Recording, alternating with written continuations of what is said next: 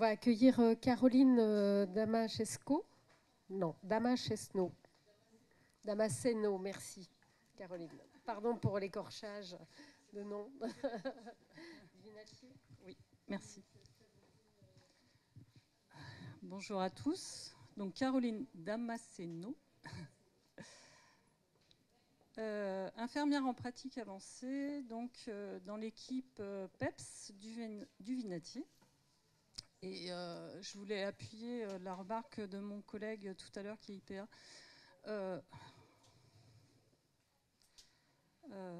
Je sais pas, ça rame et ça a pas. J'ai pas l'impression que ça veut se charger. Ah, voilà. Donc par rapport à la coordination clinique des réunions de case management, sur mon équipe, c'est moi qui l'assure, bien sûr, en collaboration avec mes collègues médecins. Donc ça fait partie de mon quotidien. Alors aujourd'hui, je suis très fière et très contente de venir vous présenter un projet PHRIP, IPA, donc pour lequel je suis porteuse et coordinatrice et qui a pour sujet l'impact d'un nouveau parcours de psychoéducation coordonné donc par un ou une IPA sur le fardeau des proches aidants de patients qui souffrent d'un premier épisode psychotique. Alors pour vous présenter l'équipe qui a pu travailler sur ce projet, dont le comité scientifique, donc le professeur Asbart que vous avez entendu tout à l'heure vous présenter donc la Summer School avec ma collègue Amélie Pavard, le docteur Romain Ray, donc qui est relativement connu parce que c'est lui qui est à l'origine donc du programme BREF. Donc il y en a beaucoup dans l'assistance qui connaissent ce programme, et puis bien sûr un père aidant, et puis un représentant de l'UNAFAM, et puis une méthodologiste qui a la particularité d'être Madame Asbart, et un biostatisticien. Donc dans les co-investigateurs, au départ nous étions 4, et puis actuellement nous ne sommes plus que 2, et donc nous avons un éminent représentant dans l'assistance que vous avez entendu juste avant que j'intervienne, donc qui est Hugues Monjaret, IPA dans l'équipe Ellipse de La Rochelle.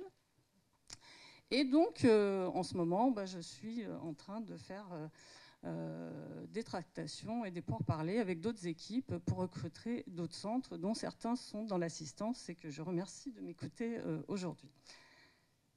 Alors, à savoir que ceux qui sont partis, les raisons n'ont rien à voir avec leur intérêt par rapport au sujet, et en tout cas, c'est ce qu'ils m'ont dit. Alors, pour resituer le contexte, et bien sûr que c'est des choses dont vous êtes au courant et que vous connaissez bien, puisque vous n'êtes pas sans savoir que la psychose fait partie des pathologies chroniques qui sont les plus invalidantes en psychiatrie, et notamment qu'il y a le trouble schizophrénique qui fait partie des psychoses et qui est l'une des plus représentatives de ces pathologies et qui débute entre la fin de l'adolescence et le début de l'âge adulte.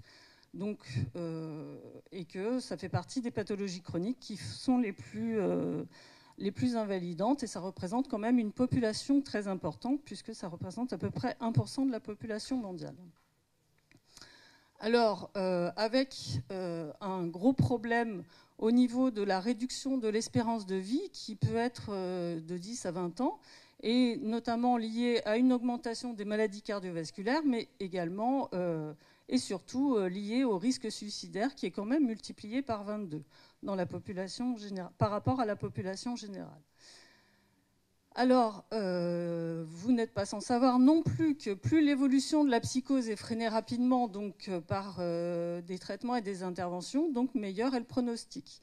Et donc le pronostic vers le rétablissement. Donc ce qui est recommandé, et notamment par des recommandations internationales, des recommandations australiennes, anglaises ou bien québécoises qui en ont fait largement des travaux qui ont appuyé ces dires, et qui préconisent donc l'instauration d'équipes qui sont dédiées pour le traitement des premiers épisodes psychotiques et donc pour éviter l'installation d'une pathologie chronique. Donc des équipes spécialisées qui sont pluridisciplinaires, qui vont être ambulatoires et puis basés sur le principe du case management, comme vient de nous expliquer notre collègue. Donc pour une période généralement qui va de 2 à 3 ans. Donc vous voyez représenté sur ce schéma sur la droite, donc un case manager qui va accompagner le jeune sur un parcours plus ou moins sinueux, mais en tout cas qui vise le rétablissement, en faisant en permettant dans ce parcours l'intervention notamment de personnes qui vont l'aider au rétablissement, mais également les personnes qui sont impliquées dans son entourage, telles que la famille.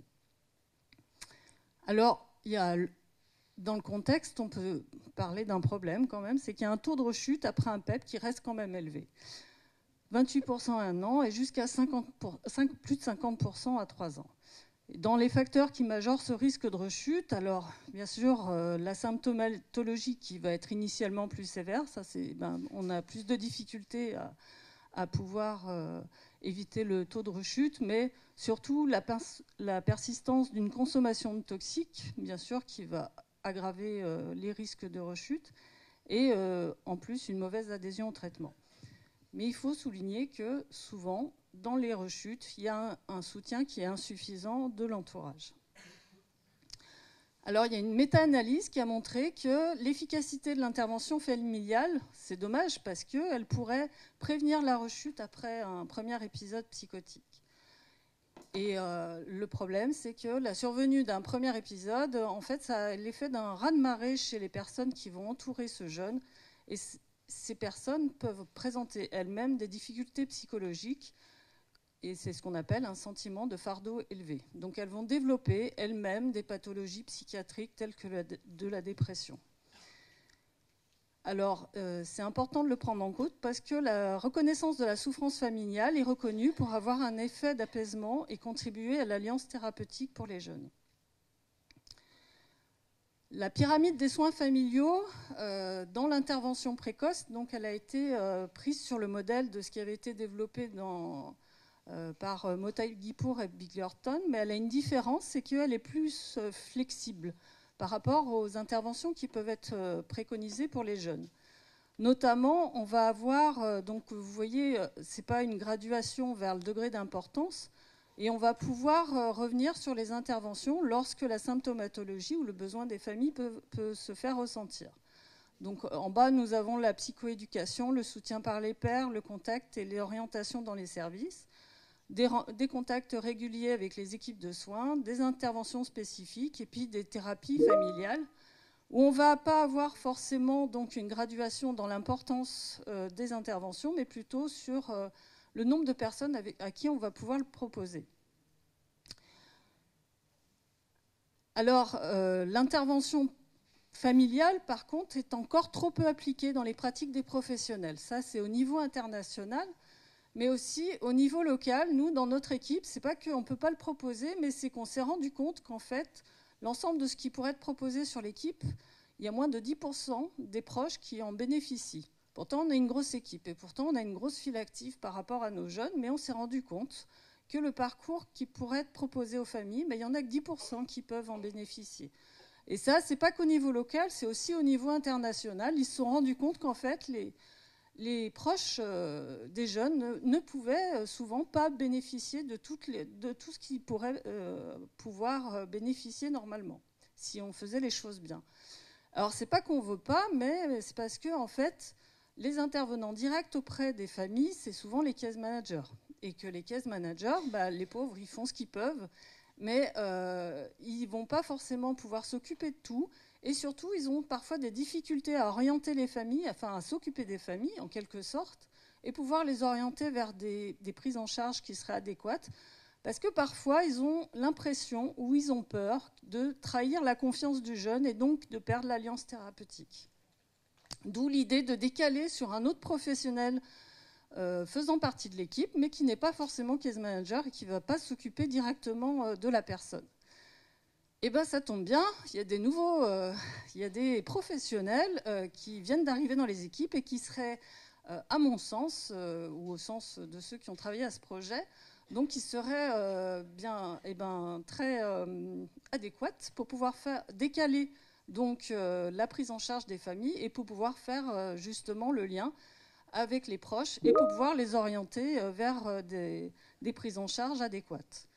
Les IPA, donc les infirmiers en pratique avancée, qui sont nouvellement arrivés dans le système de soins, mais encore plus nouvellement arrivés dans les équipes premier épisode, donc pourraient contribuer à la réussite de ces programmes, puisqu'ils ont des compétences en prévention, en évaluation et en coordination de parcours complexes. Au revoir Hugues, merci. Méthodologie, donc, qui s'est basée sur un objectif principal, donc d'évaluer l'impact de la mise en place d'une consultation IPA dans un parcours de psychoéducation coordonné par l'IPA. Et donc, c'est regarder l'impact sur le fardeau de l'aidant. De patients souffrant d'un PEP, bien sûr, donc, et de le comparer entre l'inclusion et à 6 mois de l'inclusion. Cet impact est mesuré avec l'échelle de Zaritz, donc c'est une échelle classique de pénibilité ou l'échelle d'évaluation du fardeau.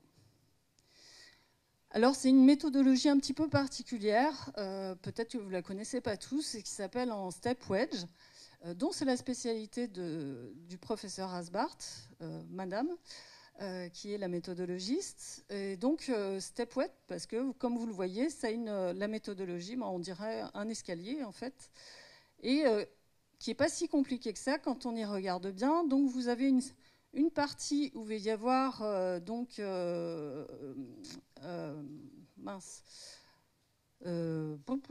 je perds mes mots.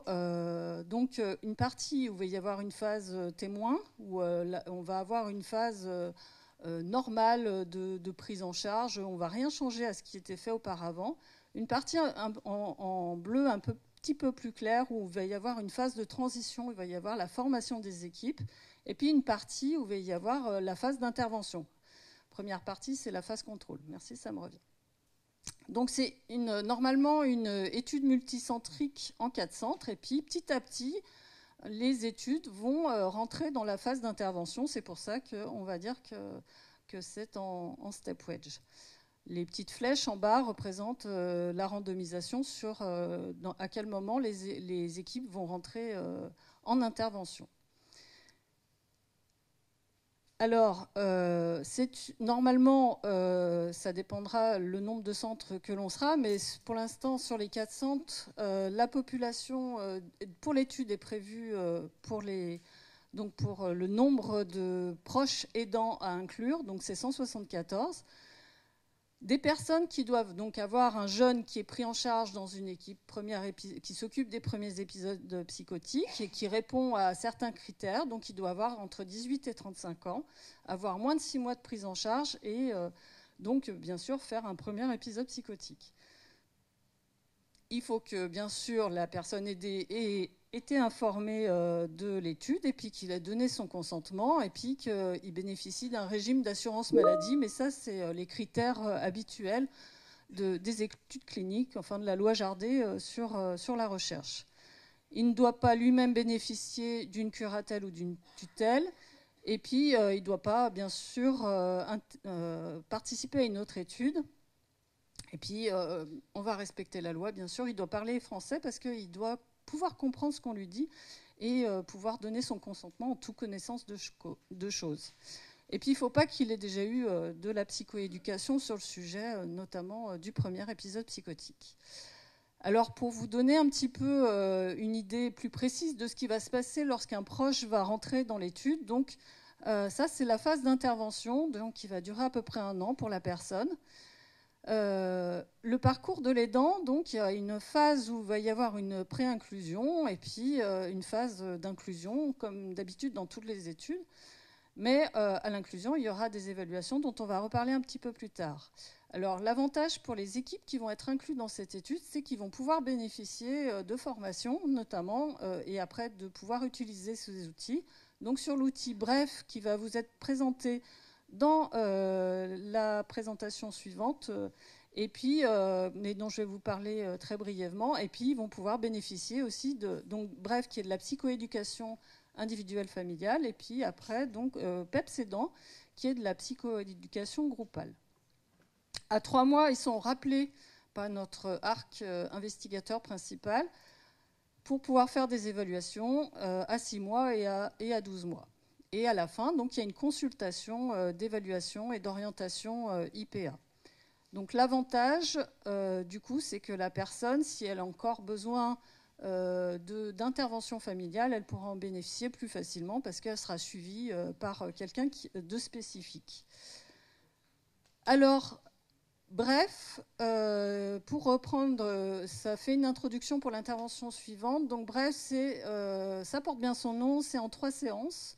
C'est des 3 séances basées sur seulement c'est sur 1 heure, et puis ça utilise des cartes qui vont permettre de parler de ce qui est le plus important pour les proches et de ce qui leur pose le plus de problèmes dans l'instant T. Donc c'est par famille, enfin par groupe de proches, donc c'est vraiment individuel. Par contre, PEPS aidant, donc c'est groupal, c'est-à-dire que ça va être réalisé dans les centres avec plusieurs familles. Donc ça a l'avantage de pouvoir leur permettre d'interagir entre des proches de jeunes qui présentent un premier épisode. Donc la première séance, on va voir qu'il va y avoir des échanges autour de ce qui leur arrive, et puis on va leur faire de la psychoéducation à ce que c'est que l'intervention précoce. Dans la séance 2, donc, il y aura abordé, grâce à la présence d'un médecin qui va venir spécialement pour ça, ou alors l'IPA qui peut être présente à cette séance et qui va pouvoir aborder ces thématiques. La séance 3, donc, on va introduire des concepts de communication. C'est très important parce que ça a un impact sur les chances de rétablissement, parce que le jeune, du coup, va se sentir mieux compris.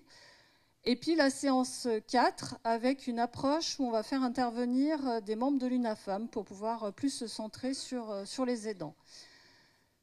Et la 5e séance, si possible, et s'il en existe dans les équipes ou alors que vous en côtoyez, donc l'intervention d'un père aidant pour pouvoir parler des stratégies de rechute et pour pouvoir apporter une petite note optimiste, parce qu'on s'est rendu compte qu'un aidant... un proche aidant, un père aidant qui va bien, c'était quand même, ça impactait beaucoup sur l'optimisme des familles. Alors, dans toutes les évaluations, on n'a pas voulu trop charger parce que il y a des études qui sont très lourdes pour l'ensemble des personnes qui peuvent être incluses dans des études. Et là, du coup, pour pas rendre la chose trop rébarbative, c'est surtout des autoquestionnaires, dont l'azarite et puis l'évaluation de la dépression, enfin classiquement, et c'est surtout basé sur des autoquestionnaires. On évalue quand même certains points pour la personne aidée, mais on essaye de faire en sorte que ce ne soit pas trop lourd en gestion. Normalement, on aurait dû entamer ça au printemps. Bon, le printemps, c'était hier, donc on est encore dans les temps, mais on a pris un petit peu de retard du fait... du changement de centre. Et puis, normalement, c'est une étude qui va durer 3 ans et on espère pouvoir en tirer des bénéfices, surtout aussi pour montrer la plus-value des IPA dans les équipes, premier épisode psychotique, pour les mettre en avant. Je ne sais pas si vous en avez entendu parler, mais ce n'est pas toujours facile la place qu'on peut avoir dans les équipes. Et notamment, il y a des... Alors, en psychiatrie, un peu moins peut-être, mais dans la presse en général, on n'est pas toujours... c'est un nouveau métier, donc on a encore quelques difficultés à s'implanter et à montrer notre plus-value. Voilà, je vous remercie.